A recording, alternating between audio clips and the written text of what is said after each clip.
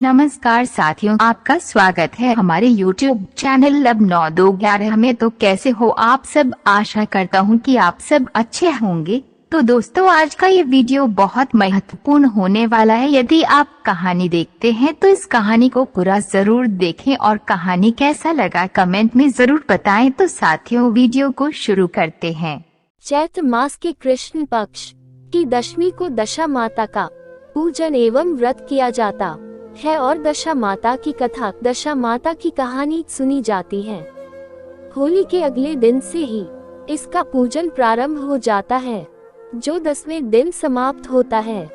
प्रतिदिन प्रातः स्त्रियां स्नानादि करके पूजन की सामग्री लेकर पूजा करती है। सर्वप्रथम दीवार पर 7 स्वत्विक बनाते हैं, फिर मेहंदी और कुमकुम से 10-10 बिंदियां दीवार पर ही लगाते हैं।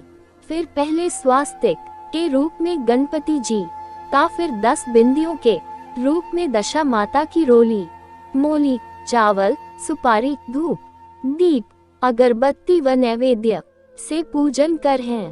पूजन के पश्चात प्रतिदिन दशा माता की कथा कहने व सुनने का विधान है। इस दिन एक समय भोजन करके व्रत रखने का विधान है। दशा माता का पूजन प्रत्येक स्त्री, सुहागिन या विधवा सबको करना चाहिए, क्योंकि यह पूजन एवं व्रत घर की दशा स्थिति को सुखी समृद्ध रखने हेतु किया जाता है। पूजन में एक विशेष बात होती है कि एक हल्दी में रंगा 10 गांठे में लगा हुआ धागा होता है, जिसको दशा माता की बेल कहते हैं। इस बेल को पूजन के समय दशा माता को चढ़ाकर पुनः ले लेते हैं। इसको गले में धारण करने का विधान है। इस वर्ष धारण किया गया धागा अगले वर्ष उतार कर पूजा करके पुनः नई बेल धारण करते हैं। दशा माता की कथा, दशा माता की कहानी इस प्रकार है। दशा माता का व्रत चैत्र कृष्ण दशमी को किया जाता है। यह व्रत घर की दशा के लिए किया जाता है। सुहागन औरतें इस दिन डोरा लेती हैं, सफेद कच्चे सूत की कोकड़ी को रंग लेती हैं। 10 तार का डोरा लेकर उसमें 10 गांठें लगा देते हैं। डोरी को जलती हुई होली दिखाकर पहन लेते हैं। 10 गेहूं के आखे लेकर कहानी सुनते हैं। एक कहानी सुनकर एक आखा नीचे रख देती हैं। इस प्रकार कुल 10 कहानियां सुनती हैं। एक राजा रानी थे, उनका नाम नल और दमयंती था। रानी ने दशा माता का व्रत कर डोरा गले में बांध लिया। शाम को राजा जी आए तो राजा जी की नजर रानी के गले की में पीने डोरे पर पड़ी, तो राजा जी ने कहा, रानी जी, आपके गले में इतने मानक मोती सोने के हार पहने हुए हैं, इनके बीच में डोरा अच्छा नहीं लगता। यह डोरा राजा ने खींचकर तोड़ दिया। कुछ दिन बाद राजा के महल के पत्थर उतर कर गिरने लगे। अब वह महल नहीं रहा और राजा का मुकुट उड़कर न जाने कहां चला गया। अब तो राजा रानी विस्मित हो गए कि अचानक की क्या हो गया। उन्होंने वह राज्य छोड़कर दूसरी जगह जाने का निश्चय किया। राज्य के बाहर थोड़ी दूर की रास्ते में अंधेरा हो गया। राजा रानी ने वही रात बिताने का निश्चय किया।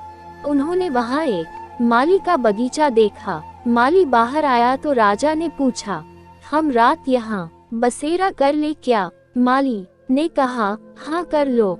जब राजा रानी वहाँ रात रुके, सुबह उठने पर देखा बगीचा तो हरा भरा था, एकदम से बंजर कैसे हो गया। वहाँ घास का तो नामो निशान नहीं था। जब किसान उठा और उसने भी यह हाल देखा तो राजा रानी को बहुत बुरा भला कहा और वहाँ से निकाल दिया।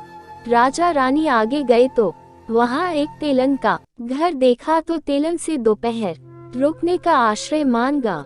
तेलन ने भी उसे आश्रय दे दिया। तेलन के तेल की कोटिये और डिब्बे तेल से भरे हुए थे। जब राजा रानी वहाँ से चले गए तो देखा तेल के डिब्बे और कोटी अपने आप खाली हो गए। तब तेलन ने कहा, क्या मालूम कैसे नर अभागों को मैंने आश्रय दिया, जो मेरे तो नुकसान ही नुकसान हो गया। वहाँ से राजा रानी गालियाँ खाते हुए आगे बढ़े। थोड़ी देर बाद राजा की बहन ता गांव आया। राजा ने किसी से कहलवाया कि उसके भाई भौजाई आए हैं और तालाब के किनारे रुके हुए हैं। बहन ने यह समाचार सुना तो भाई भौजाई के लिए 2-4 ठंडी रोटी ऊपर 2 प्याज डालकर नौकर के साथ भिजवा दिए और वापस समाचार कहलवाया कि अभी मेरे को समय नहीं है और यह कलेवा कर ले। भाई भौजाई ने आपस में कहा, बहन का कोई कसूर नहीं, सब अपनी दशा का चक्कर है, अपनी दशा खराब है इसलिए सभी बेरी हो गए हैं। और दोनों ने रोटी और प्याज वहां पर खड्डा खोद कर गाड़ दिया। थोड़े और आगे गए तो राजा का दोस्त मिल गया और कहा कि मेरे घर चलो, और घर ले जाकर उनकी खूब खातिरदारी करी, चाय पानी पिलाया और भाई दोस्त की घर की एक दीवार पर खूंटी पर एक हार लटका हुआ था, वहीं पर एक मोर बैठा हुआ था, उसने वह हार निगल लिया।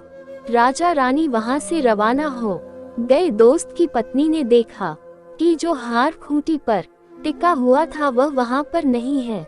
दोस्त की पत्नी ने कहा कि जिन्हें आपने घर पर बुलाया था उन्होंने मेरा हार चुरा लिया है। पति ने कहा कि मेरा दोस्त चोर नहीं है, गरीबी के कारण ले गया होगा। राजा रानी ने सोचा कि अब हम दोनों को एक ही जगह पर जाकर रहना चाहिए जहां हमें कोई नहीं जानते हो और कोई नहीं रहे। राजा रानी एक जंगल में चले गए। वहां पर राजा दिन में लकड़ियां की भारी भेजकर उन पैसों से आटा, नमक, मिर्ची आदि लाकर अपना गुजारा करते। एक दिन रानी ने राजा से कहा कि मैं दशा माता का व्रत करूंगी, मुझे कच्चा सूत का डोरा और कोकड़ी लाकर देना। दूसरे दिन राजा ने ज्यादा लकड़ियां इकट्ठी की और रानी के लिए कच्चा सूत और डोरे की गट्ठी भी ले आए। रानी ने कहा कि मुझे यह डोरा बनाना है और होली की झाल देखनी है, उसके बाद पूजा करनी है और कथा सुननी है। दूसरे दिन राजा पूजा पाठ की सामग्री ले आया और खुद ने भी पूजा की और कथा सुनी। और होली को देखने के लिए वह गांव से थोड़ी दूर आ गए जहां कुछ लोग रहते थे। वहां पर कुछ औरतें पूजा कथा कर रही थी। रानी ने कहा कि मुझे भी पूजा कथा करनी है और मेरा यह डोरा सफेद है, इसे रंगना भी है। औरतों ने कहा कि यहाँ पर बहुत रंग पड़ा है और रानी ने दशा माता के डोरे को 10 तार का किया और 10 गांठ लगाए और रंग से रंगा और होली की जाल दिखाकर अपने गले में पहन लिया। डोरे को गले में पहनते ही राजा की लकड़ियां चंदन की हो गई जो बहुत महंगी बिकी। लकड़ियों का पैसा लेकर राजा खुशी खुशी घर आए। रानी भी पीपल की पूजा कथा करके दशा माता की कहानी सुन के घर के लिए रवाना हो गई। वहां दशा माता की समेत 10 कहानियां सुनी। 10 गेहूं की आंखें लेकर कहानियां सुनी और एक एक कहानी सुनते हुए एक एक आँखा नीचे रखती गई। उनमें शिव पार्वती जी की, लोबिया तोबिया की, गजानंद जी की, आरी बारी, कान कवारी और भी छोटी मोटी मिलाकर 10 कहानी सुनी। घर आई तो राजा ने कहा है कि मैं आज बहुत सारा पूजा पा लेकर आया हूँ, तू खूब आनंद से पूजा करना। हमारी सारी लकड़ी चंदन की हो गई जो खूब महंगी बिकी है। रानी ने राजा से कहा कि आज दशा माता का व्रत करके डोरा पहना है, अब हमारे आनंद ही आनंद हो जाएगा। राजा ने कहा कि अब हम हमारे राज्य में वापस चलते हैं। राजा रानी वापस अपने राज्य की ओर चलते हैं तो रास्ते में पहले दोस्त के घर जाते हैं। दोस्त ने कहा आओ आराम कर लो। राजा ने कहा कि तुम्हारी पत्नी ने पहले भी हम पर चोरी का इल्जाम लगाया था, अब रुक कर क्या करें। दोस्त ने फिर भी उन्हें रोका और पहले वाले कमरे में ही बैठा दिया, चाय पानी और तलेवा करवाया।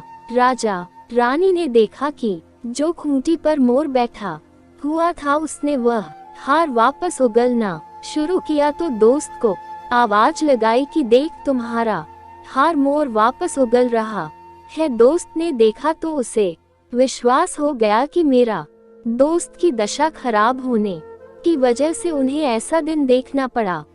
राजा फिर अपनी बहन की गांव से गया तो उसकी बहन ने बहुत बढ़िया भोजन करवाया, पर राजा रानी ने नहीं किया। जब पहले की जगह जहां पर उन्होंने गड्ढा खोदकर रोटी और प्याज को डाला था, देखा तो रोटी और प्याज सोने चांदी के हो गए, जिनको बहन को देकर वहां से चले गए और तेलन के घर पहुंचे। तेलन ने उनके रुकने पर मना कर दिया और कहा कि पहले भी कौन अभागे आए थे, जिनकी वजह से मेरे तेल के डिब्बे और कोठियां खाली हो गई।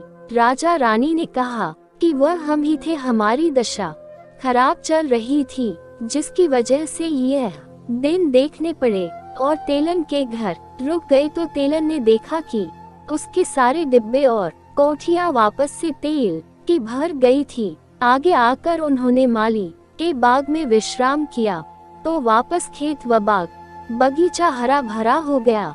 प्रजा को पता चला कि राजा रानी आ रहे हैं तो प्रजा बहुत खुश हो गई।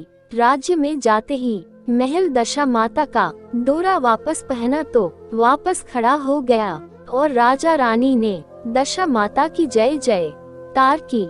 हे दशा माता, जैसा राजा रानी को टूटा वैसा दशा माता की कथा कहने वाले को, दशा माता की कथा सुनने वाले को व हुंकार भरने वाले सभी को टूटना